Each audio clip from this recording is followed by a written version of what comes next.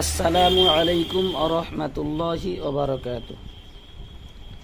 অত্যন্ত বেদনার শোক সংবাদ।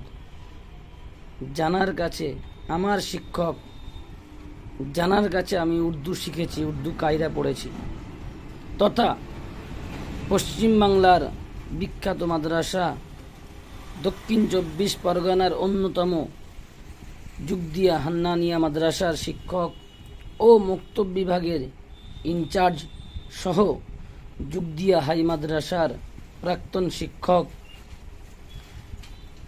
পীরে কামেল জনাব আলহাজ হযরত মাওলানা আলী আকবর সাহেব ইন্তেকাল করেছেন।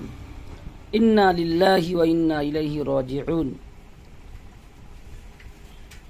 তার জানাজা আজ 16 মে 2024